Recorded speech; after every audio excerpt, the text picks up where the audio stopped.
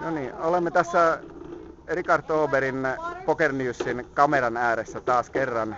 Nyt valitettavasti viimeistä kertaa. Kivahan tätä olisi ollut tehdä vielä huomennakin, mutta nyt joudutaan tekemään tää tänään, koska pelit on ohi. Kerros nyt sitten, mitenkä toisesta turnauksesta joutuu ulos.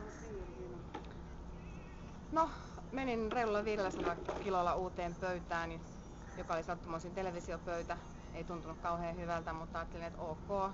Luultavasti siellä on vähän normaalia vielä parempia pelaajia pöydässä, kun haluavat televisioida sitä porukkaa. Ja puoli tuntia siinä istuskeltuani ja pari pottia ryöstettyäni käteen loistava 7-8 ruutua, jolla UTG plus ykkösestä korotetaan kunnolla ja kaikki kippaa mulle paitsi iso blindi päätyy maksamaan sen ja flopilta mulla avopäinen suora ja sillä tietenkin lyödään, tulee edelleen maksua, jota hieman jo ihmettelen, mutta Tönnissä saan suoran valmiiksi ja kaveri tsekkaa alle ja sitten lyödään nutseella kalkut sisään ja saan maksua, mikä tietenkin oli sillä hetkellä ihan mukavan tuntuinen juttu. Mutta miltä ne maksut tuli siis? Miltä kädeltä? Turnattu setti oli vastustajalla, joka siis vitonen turnilla teki mulle. Niin se maksoi sut flopista aliparilla, niinkö? Juurikin näin. Ja sai Tönistä setin ja ja riveristä täpö napsahti sitten. Sitten mä kuulin sellaisia huhuja, että olisit kiroillut Amerikan televisiossa, mikä on jyrkästi kielletty. Pitääkö paikkansa?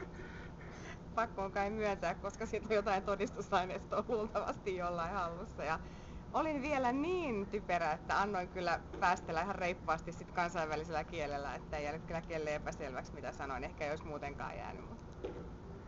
No niin, mutta mites kokonaisuutena, niin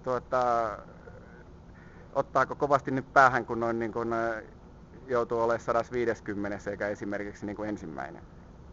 Jos olisin ollut 150, ottaisi vielä enemmän päähän, mutta nyt olin 136, ei kata ihan niin paljon päähän, mutta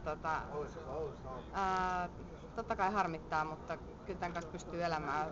Pelasin kuitenkin mielestäni 5 päivää tosi hyvin ja tuntuu, että aika moni asia mitä teki oikein ja ei toi nyt loppukaan ehkä se huonoin mahdollinen tapa ollut poistua näyttämöltä. Että televisioiden ääressä saadaan nutsella rahat sisään, niin ihan ok. Okei. Kiitetään Richard Oberia näistä haastattelumahdollisuuksista ja Poker Newsseja ja eiköhän lopeteta Vegas tänä vuonna tähän ja jatketaan ensi vuonna sitten uudestaan. Kiitos Aki.